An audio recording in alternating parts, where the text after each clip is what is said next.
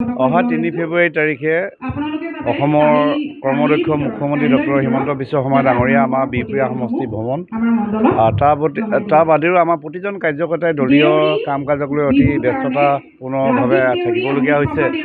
গতিকে মাজত যিহেতু দুটা তাৰিখ সলনি হৈ গ'ল, ২৭-২৮ এইটো সলনি হৈ গ'ল, গতিকে ৩ তাৰিখটো আছে।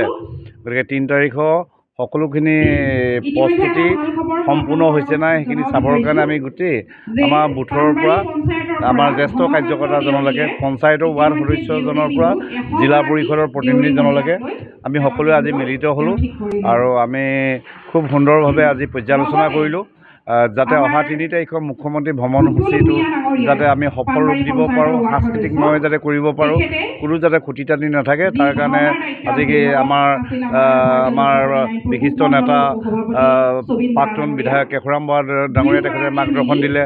আমাৰ অমিত প্ৰভা দেউৰীৰ দৰে আমাৰ দেউৰী স্বায়ত্তশাসিত পৰিষদৰ অধ্যক্ষা বিশিষ্ট নেত্ৰী তেওঁলোকো আজি ইয়াত ভাগ ল'লে, মনৰ বতৰা আগবঢ়াব পাৰিলে। আমি সকলোৱে খুব সুন্দৰকৈ আলোচনা কৰি ৩ ফেব্ৰুৱাৰী তাৰিখটো আমি সুন্দৰভাৱে যাতে সফল কৰিব পাৰোঁ তাৰ বাবে সকলোৱে আজি আমি দায়িত্ব ল'লোঁ।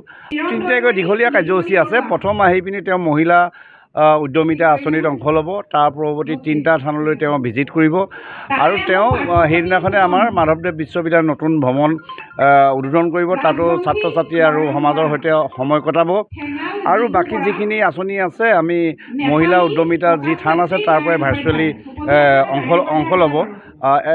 তেখেতক আজি মই সোধোতে তেওঁ প্ৰায় যিমানখিনিলৈকে পায় 2.5-3 ঘণ্টা ইয়াত কটাম বুলি মোক জানিব দিছে আৰু ডিষ্ট্ৰিক্ট কমিশ্যনাৰ ইতিমধ্যে মোক কনফাৰ্ম কৰিলে যে এইখিনি হৈছে। আকৌ এবাৰ যাতে বিজেপি চৰকাৰ গঠনত যাতে বিহপুৰীয়া অংশীদাৰটো যাতে শক্তিশালী হয়, আমি যাতে বুথ বিজয় অভিযানৰ যোগেদি বুথত যাতে বিৰোধী শূন্য কৰিব পাৰোঁ সেইটো লক্ষ্য ঠিক কৰিছোঁ আজি।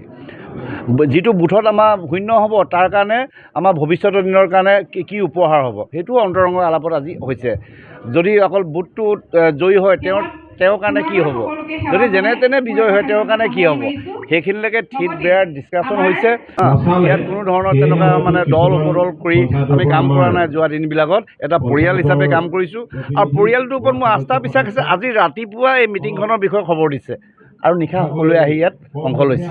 গতিকে প্ৰতিটো কামৰ খুব সূক্ষ্ম বিশ্লেষণ হৈছে আৰু সকলোৱে দায়িত্ব মূৰ পাতি লৈছে সেইধৰণে যাতে আগন্তুক যিটো নিৰ্বাচন সেই নিৰ্বাচনত যাতে আমি এটা বৃহৎ ব্যৱধানত যাতে বিৰোধী শূন্য কৰি পিনি বিজয় হ'ব পাৰোঁ। সকলোকে দায়িত্ব গ্ৰহণ কৰিবৰ কাৰণে আজি আলোচনা হৈছে আৰু সকলোৱে দায়িত্ব গ্ৰহণ কৰিছে আৰু মুখ্যমন্ত্ৰী অহা খবৰটো পালে সকলোৱে উৎসাহিত হয়।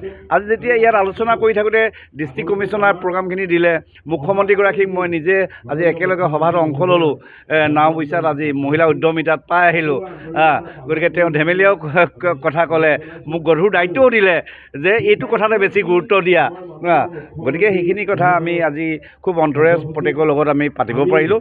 গতিকে মই আজি এই বাৰ্তালাপৰ যোগেদি বিহপুৰীয়া সমষ্টিৰ ৰাইজক অহা ৩ ফেব্ৰুৱাৰী মুখ্যমন্ত্ৰী ভ্ৰমণসূচীৰ প্ৰতিটো থানলৈ সকলোকে আহিবৰ কাৰণে মই সাদৰ আমন্ত্ৰণ জনালোঁ।